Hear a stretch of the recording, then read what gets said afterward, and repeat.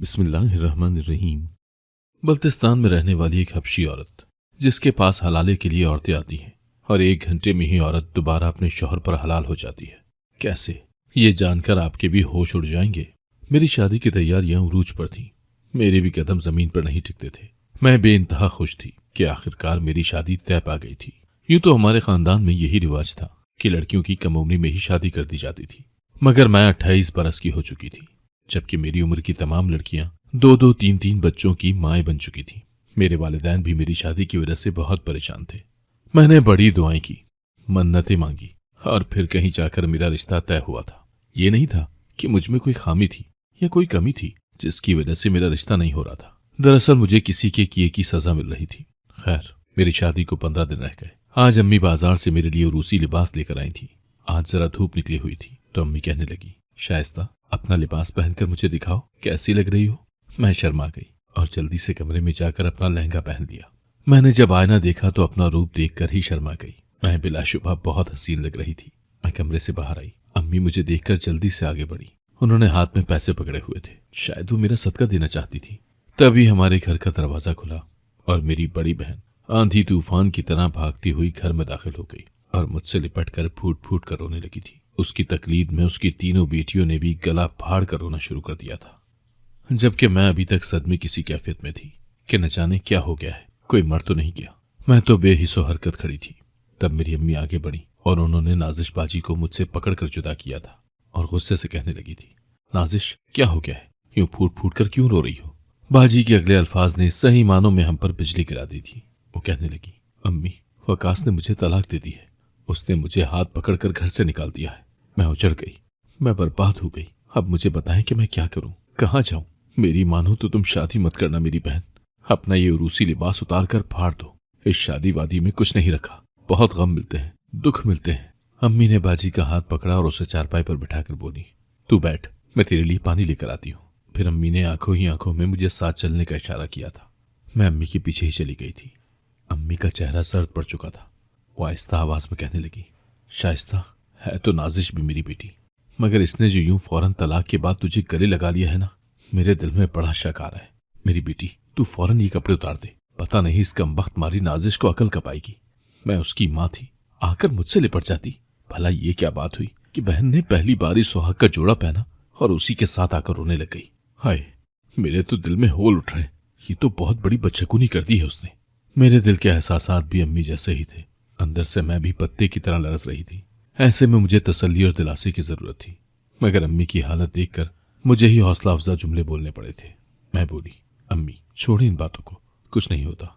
अल्लाह बहुत बड़ा है, वो हम पर रहम करेगा। अम्मी ने मेरा सदका दिया और बोली, अभी के अभी जाकर ये लिबास उतार दो।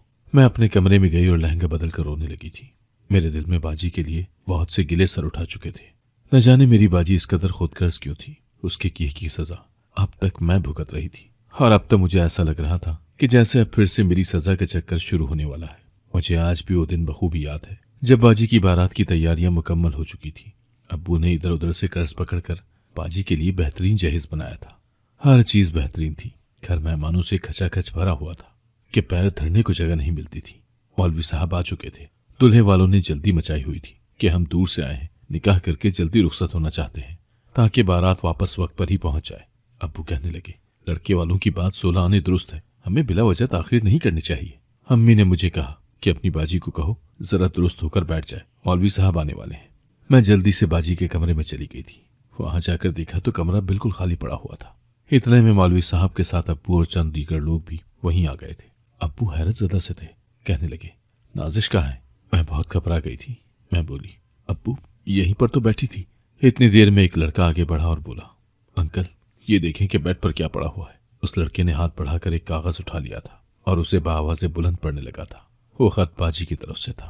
उसमें लिखा था, मेरे प्यारे अम्मी और अब्बू, मैं आपका घर छोड़कर हमेशा हमेशा के लिए जा रही हूँ, क्योंकि मैं किसी और से मोहब्बत करती हूँ और उसी से शादी भी करना चाहती हूँ। आप जिस जगह मेरी शादी कर रहे हैं वहां मैं खुश नहीं रह पाऊंगी। जिंदगी एक बार ही तो मिलना होती है। मैं अपनी इस जिंदगी को समझौतों की नजर नहीं कर सकती। मुझे इल्म है कि मेरा खत पढ़कर आपको बहुत दुख होगा, मगर मैं मजबूर थी। मुझे अपनी खुशियों की खातिर ये इंतहाई फैसला करना पड़ा था। ये अल्फाज सुनकर मैं थर थर कांपने लगी थी। कमरे में एक बहुत ही गहरा सन्नाटा फैल गया था। तभी एक जोरदार धमाका सा हुआ था। सब लोग चौंक गए थे। इधर उधर नजर दौड़ाई तो अब्बू जमीन बोस हुए पड़े थे। उनका चेहरा जर्द पड़ चुका था, जैसे उनके वजूद में खून की एक बूंद भी ना हो। लोगों ने शोर मचाना शुरू कर दिया था। सब अब्बू को उठाकर बाहर की जानिब ले जा रहे थे, जबकि मैं वहीं जमीन पर बैठ गई थी। मेरे पैर जवाब दे चुके थे, मुझसे चला भी नहीं जा रहा था। न जाने कितनी देर यूं ही गुजर गई। फिर मुझे इल्म हुआ था कि अब्बू को हार्ट अटैक हुआ है और वो जिंदगी और मौत की जंग लड़ रहे हैं। मैंने रो रो कर अब्बू के लिए बहुत सी दुआएं की थी। मेरा और अम्मी का सहारा अब्बू के बगैर था ही कौन। अल्लाह पाक ने हमारी दुआएं सुन ली थी और अब्बू को एक नई जिंदगी अता कर दी थी। जब अब्बू होश में आए और हम उनसे मिलने के लिए गए तो अब्बू फिर से रोने लगे थे। वो बोले, मुझे तुम लोगों ने क्यों बचा लिया? मरने दिया होता तो ही अच्छा था। अब तुम खुद कहो, मैं इस तरह की बदनामी भरी जिंदगी जीकर क्या करूंगा? अब्बू की हालत फिर से बिगड़ने लगी थी, इसीलिए उन्हें अब ज्यादातर आराम की दवा देकर बेहोश रखा जाता था। खैर, ये मुश्किल वक्त भी कट गया था। इस वाकये के 1 साल बाद एक औरत हमारे घर आई थी। वो कहने लगी, मुझे नाजिश ने भेजा है, यहीं करीब ही उसकी शादी हुई है। उसके यहाँ पहली औलाद मुतवक्के है। उसकी तबीयत बहुत खराब है। वो चाहती है कि मेरी माँ मुझसे एक बार आकर मिल जाए। अम्मी ने गुस्से से मुंह फेर लिया था। वो कहने लगी, मैं लानत भेजती हूँ नाजिश पर। उससे कहना कि तुम्हारी माँ तो उसी दिन मर गई थी जब तुम बदनामी का तमगा पहना कर गई थी। खबरदार जो आज के बाद कोई पैगाम भेजा तो। अम्मी मुझसे कहने लगी, मैं सारी जिंदगी उस बेहया का मुंह नहीं देखूंगी जिसकी वजह से मेरा सुहाग खतरे में पड़ गया था। मुझे आज भी तुम्हारे अब्बू की तकलीफ नहीं भूलती। मैं भी जवान हो चुकी थी, अगर मेरे लिए कोई रिश्ता ही नहीं आता था। अम्मी रिश्ते कराने वाली औरतों से कहती तो वो आगे से कह देती कि बहन, तुम्हारे घर से बारात खाली लौटी थी। अब खुद सोचो कि कौन शरीफ लोग तुम्हारे घर आएंगे। तुम्हारी बेटियों की शोहरत अच्छी नहीं रही। और यूं कई साल तक मुझे बाजी के किए हुए गुनाह की सजा मिलती रही थी। मैं अपने वालिदैन से छुप छुप कर रोया करती थी। खैर, फिर हर डिलीवरी पर बाजी अम्मी को पैगाम भेजा करती थी, मगर अम्मी ने दिल पर पत्थर रख लिया था। बाजी के घर ऊपर नीचे 3 बेटियों ने जन्म लिया था। अब मेरा रिश्ता पक्का हो गया था तो एक दिन अब्बू यूं ही बैठे बैठे कहने लगे, शाइस्ता की माँ, शादी में उस बदबख्त नाजिश को भी बुलवा लेना।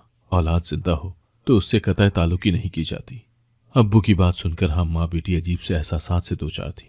फिर अम्मी की ममता हर जज्बे पर गालिब आ गई थी। वो सारी रात रोती रही थी और सुबह होते ही बाजी के घर उनसे मिलने के लिए चली गई और उन्हें मेरी शादी की दावत दे आई थी। घर आकर अम्मी ने मुझे बताया कि नाजिश बहुत बुरे हालात से गुजर रही है। उसके यहाँ अब 3 बेटियां पैदा हो चुकी हैं तो उसकी सास उसकी दुश्मन बन चुकी है। खैर, सब कुछ ठीक ठाक चल रहा था और आज बाजी तलाक लेकर घर आ गई थी। अब तो मुझे मेरी शादी होती हुई नजर नहीं आ रही थी, क्योंकि जिस घर में एक बेटी को तलाक हो जाए लोग वहां से दूसरी बेटी लेते हुए डरते हैं। बाजी की छोटी बेटी के रोने की आवाज़ें आ रही थी तो मैं उठकर बाहर आ गई। अम्मी बाजी के पास बैठी इस्तफसार कर रही थी कि नाजिश, बताओ तो सही, आखिर तुम्हें ये तलाक क्यों हुई है? बाजी कहने लगी, अम्मी, मेरी सास हर वक्त वक्कास को मेरे खिलाफ भड़काती रहती थी कि तुम्हारी बीवी सिर्फ बेटियां जन सकती है, इसको छोड़ दो। हर वक्त के लड़ाई झगड़े से तंग आकर मेरे शौहर ने यह कदम उठाया है, नहीं तो वो मुझसे हर वक्त यही कहा करता था कि मैं तुम्हें कभी नहीं छोड़ूंगा। मुझे अपनी बेटियां भी बहुत अजीज हैं। तभी मेरी नजर बाजी के माथे के निशान पर पड़ी थी। मैं बोली, बाजी, यहाँ क्या हुआ है? बाजी की आंखों में आंसू आ गए थे। कहने लगी, मेरी सास ने लड़ाई डाली हुई थी घर में। वकास ने गुस्से में आकर मेरा सर दीवार पर दे मारा था, बहुत खून निकला, मगर उसके बाद वकास ने मेरे कदमों में बैठकर माफी मांगी थी। अम्मी, मैं सच कहूं तो मेरा शौहर बहुत अच्छा है, मगर मेरी सास मेरा घर बसने नहीं देना चाहती। बाजी की बातें सुनकर मैं अजीब से एहसासात का शिकार हो चुकी थी। न जाने वकास भाई बाजी से कैसी मोहब्बत करते थे कि उन पर हाथ भी उठाया करते थे, और आज तो तलाक ही दे डाली। खैर, फिर अब्बू भी आ गए। अब्बू ने बाजी को देखा तो उनकी आंखें छलक पड़ी थी। बाजी ने अब्बू के कदमों में बैठकर उनसे माफी मांगी थी। अब्बू तो पहले ही उन्हें माफ कर चुके थे। अब्बू को जब बाजी की तलाक का इल्म हुआ तो वो बहुत अफसरदा हो गए थे। कुछ दिन तो यूं ही गुजर गए। बाजी ने अपना हुलिया बिगाड़ लिया था, बेटियों की परवाह करना छोड़ दी थी। मैं ही उन बेचारियों का ख्याल रखा करती थी। बाजी तो बस वकास का नाम लेकर रोती रहती थी। एक दिन घर के दरवाजे पर दस्तक हुई तो सामने एक अजनबी शख्स खड़ा था। काफी खूबसूरत इंसान था वो। मैं बोली, आप कौन? तो वो कहने लगा, मैं वकास हूँ, मुझे नाजिश से मिलना है। वकास भाई की आवाज़ सुनकर बाजी खुद ही दरवाजे पर आ गई थी। वो कहने लगी, वकास, तुमने मेरे साथ अच्छा नहीं किया। वकास भाई घर में दाखिल हो गए और हाथ जोड़कर बाजी से माफ़ी मांगने लगे थे। वो बोले, मुझे समझ नहीं आया कि मैंने ये क्या कर दिया। तुम तो जानती हो ना मैं तुमसे कितनी मोहब्बत करता हूँ। अम्मी ने इस कदर फसाद डाला हुआ था कि मेरे दिमाग ने काम करना ही छोड़ दिया, और देखो मुझसे कितनी बड़ी गलती हो गई। जब से तुम गई हो मेरे हलक से एक निवाला नीचे नहीं उतरा। मुझे अपनी मासूम बेटियों की बहुत याद आती है। मुझे बताओ मैं क्या करूं? अम्मी बाजार गई हुई थी। इतने में वो भी घर आ गई थी। उन्हें सारा माजरा मालूम हुआ तो कहने लगी, बेटा अब मेरी बेटी तुम्हारे लिए नामहरम हो चुकी है, इसलिए दोबारा हमारे घर मत आना। तो वकास भाई कहने लगे, आंटी मैं नाजिश को फिर से अपनाना चाहता हूँ। मैंने इधर उधर से पता किया है, तलाक के बाद भी एक ऐसी सूरत निकल आती है जिसमें बीवी अपने शौहर पर फिर से हलाल हो जाती है। अम्मी हैरत से कहने लगी, अच्छा वो कौन सी? भाई कहने लगे, मैं नाजिश का हलाला करवा दूंगा तो वो मुझ पर हलाल हो जाएगी। अम्मी के चेहरे का रंग सुर्ख पड़ गया था। वो कहने लगी, वकास तुम जानते भी हो हलाला किसे कहते हैं? अब मेरी बेटी क्या यही सब करती फिरेगी? तलाक हो गई तो बस हो गई। तब बाजी कहने लगी, अम्मी मैं वकास के साथ जाने के लिए सब कुछ करने को तैयार हूँ। मैं अपने शौहर से बहुत मोहब्बत करती हूँ, उसके बगैर नहीं रह सकती। तब वकास भाई बोले, आंटी हम हलाला रिवायती तरीके से नहीं करेंगे। मैं तो अपनी बीवी को किसी और का होते हुए देख भी नहीं सकता। दरअसल मैंने पता कराया है, उधर बल्तिस्तान में एक हबशी औरत रहती है। वो औरतों का हलाला करती है और जो भी औरत उसके पास जाती है वो 1 घंटे में ही अपने शौहर पर हलाल हो जाती है। उसकी फीस कुछ ज्यादा है, मगर मैं नाजिश के लिए सब कुछ करने को तैयार हूँ। अम्मी कहने लगी, वकास तुम जानते भी हो कि हलाला कहते किसे हैं? औरत जब मर्द के साथ निकाह करेगी, उसकी ज़ौजियत में रहेगी, तब वो तलाक देगा तो वो औरत अपने दूसरे शौहर पर हलाल होगी। एक औरत दूसरी औरत का हलाला कैसे कर सकती है भला? वकास भाई कहने लगे, आंटी इतना तो मैं नहीं जानता, मगर मैंने आस पास से पता करवाया है। सब लोग उस हबशी औरत की बहुत तारीफ कर रहे थे। मैंने जिस से भी पूछा मुझे तसल्ली वाला जवाब ही मिला है। अगर आप इजाजत दें तो मैं अपनी बीवी को बल्तिस्तान लेकर जाना चाहता हूँ। अम्मी शेषोपंज का शिकार थी। वो कहने लगी, मैं नाजिश के अब्बू से मशवरा करके ही कोई जवाब देने के काबिल हो सकूंगी। वकास भाई चले गए तो नाजिश बाजी कहने लगी, अम्मी अभी किसी को भी मेरे तलाक के मुतालिक इल्म नहीं है। अगर अभी हलाला हो जाएगा तो बहुत बेहतर रह जाएगा। फिर जब हर तरफ बात फैल जाएगी तो हम सब की बदनामी होगी।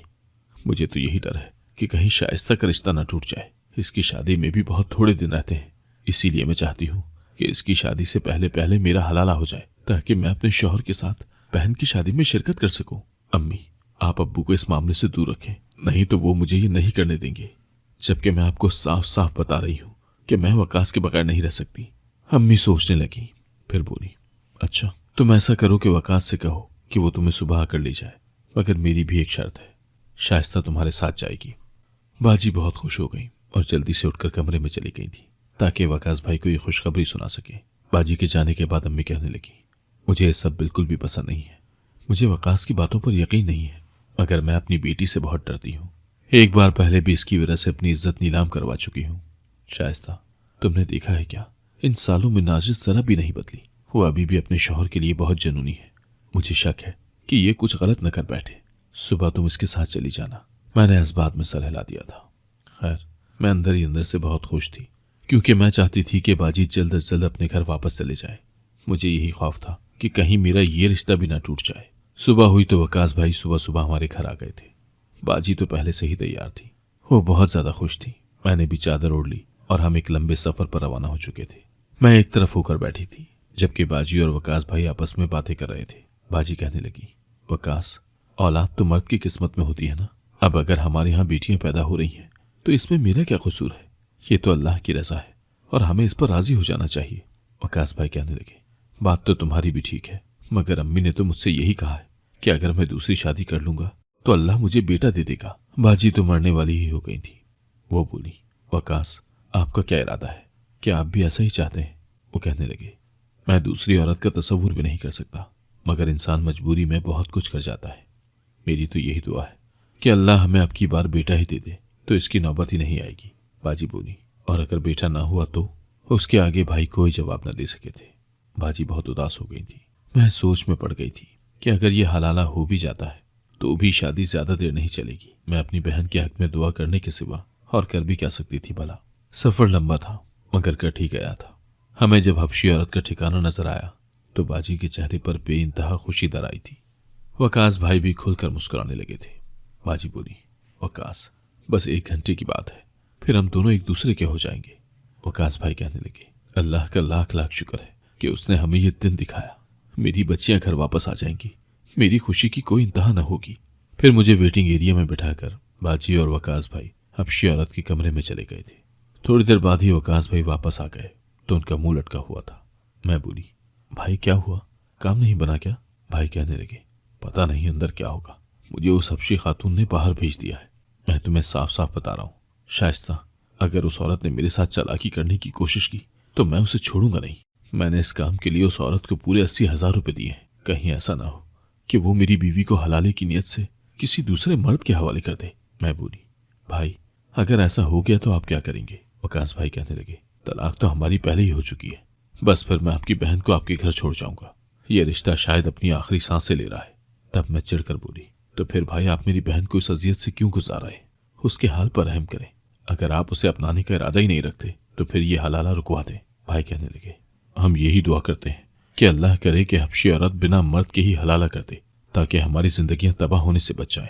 भाई उठकर दूसरी साइड पर चले गए थे, जबकि मैं ये सोचने पर मजबूर हो चुकी थी कि क्या तमाम मर्द इतने खुदगर्ज होते हैं। यूं ही 2 घंटे गुजर गए थे, तब कहीं जाकर बाजी की शक्ल नजर आई थी। वो मेरी तरफ ही बढ़ रही थी। मैं भागकर उनके पास गई और बोली, बाजी क्या हो गया हलाला? बाजी ने मेरी किसी बात का जवाब नहीं दिया था। वो बस खला में घूर रही थी। उनकी ये हालत देखकर मेरा दिल थर थर कांपने लगा था कि कहीं कुछ गलत ना हो गया हो। मैं बोली, बाजी बताए ना हुआ क्या है? बाजी कहने लगी, वकास कहाँ है? उससे कहो कि घर चले। मैं मर्दों वाली साइड पर गई, भाई को आवाज दी तो वो दौड़कर मेरी जानिब आ गए थे। मैं बोली, बाजी आ गई है। वो जल्दी जल्दी से बाजी की जानिब बढ़े और बाजी का हाथ थाम कर बोले, मुझे बताओ क्या तुम अब मुझ पर हलाल हो गई हो? बाजी ने उनकी बात का भी कोई जवाब नहीं दिया था, जबकि उनकी आंखों से आंसू टपकने लगे थे। भाई बोले, नाजिश मुझे बताओ कहीं उस हबशी औरत ने हमारे साथ कोई धोखा तो नहीं कर दिया? बाजी ने फिर भी कोई जवाब नहीं दिया था और यूं हम वापसी के लिए गाड़ी में आकर बैठ गए थे। सारा रास्ता बाजी आंसू बहाती रही थी। उनके आंसू गिरते जा रहे थे, जबकि मेरा दिल किसी अनहोनी की गवाही दे रहा था।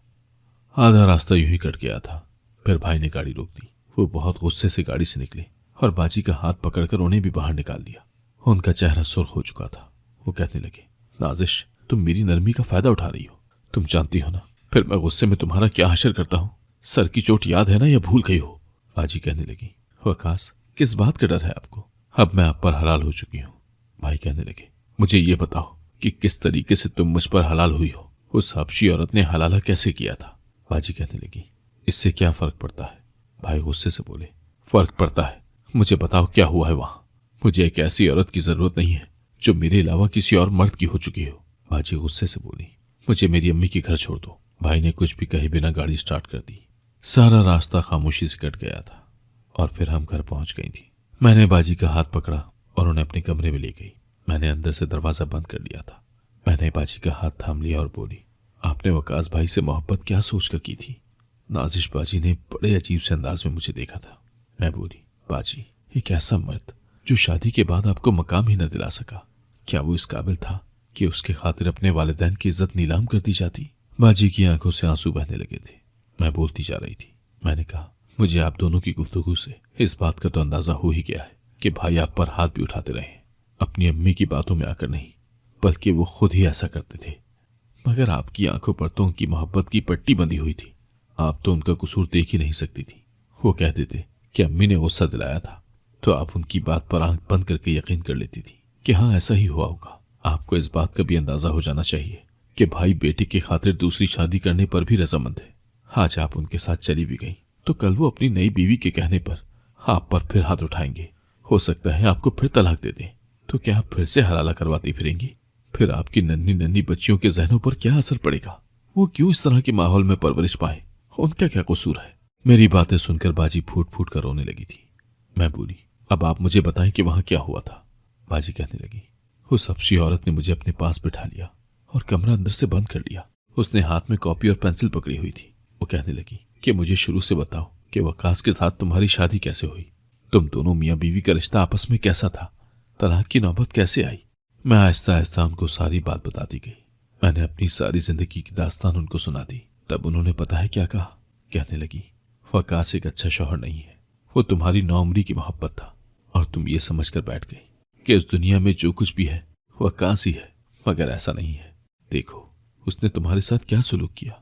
क्या वो मर्द इंसान कहलाने के लायक है जो खुद से कमजोर औरत पर हाथ उठाता हो? अगर आज ये हलाला हो गया तो तुम्हें फिर से बहुत जल्द तलाक हो जाएगी। वजह शायद बदल जाए मगर तुम्हारी तलाक यकीनी है। उस औरत की बातें मेरे दिल की गिरहें खोलती रही। मेरी आंखों पर पड़ा मोहब्बत का पर्दा छटने लगा था। सब कुछ मेरे सामने आ गया। वाकई वकास ने मेरी बेइंतहा मोहब्बत का नाजायज फायदा उठाया था। मैंने अपनी जिंदगी के इतने साल उस मर्द के खातिर बर्बाद कर दिए और ये बात मुझे अंदर से खाई जा रही थी, इसीलिए मैं रो रही थी। उस हबशी औरत ने मुझे 2-3 रिश्ते भी दिखाए और मुझसे कहा कि वो मेरी दूसरी शादी बहुत अच्छी जगह पर करवा देंगी।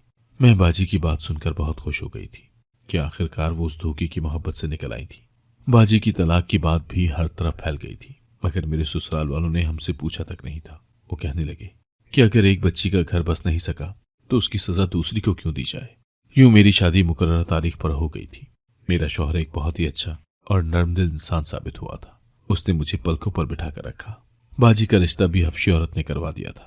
बाजी की शादी बहुत अच्छे घराने में हो गई थी। बाजी के नए शौहर ने बाजी की बेटियों की कफालत की जिम्मेदारी भी ले ली थी और यूं हमारी जिंदगियों में खुशी का चैप्टर शुरू हो गया था। कभी भी किसी मर्द को इस चीज की इजाजत ना दे कि वो मोहब्बत के नाम पर आपको पागल बनाता रहे। अगर आपको आज की कहानी पसंद आई है तो वीडियो को जरूर लाइक कीजिएगा और अपने दोस्तों के साथ भी शेयर कीजिएगा। और हाँ, अगर आपने अभी तक हमारा चैनल सब्सक्राइब नहीं किया तो जरूर सब्सक्राइब करें। मिलते हैं कल एक नई और दिलचस्प कहानी के साथ। अल्लाह हाफिज।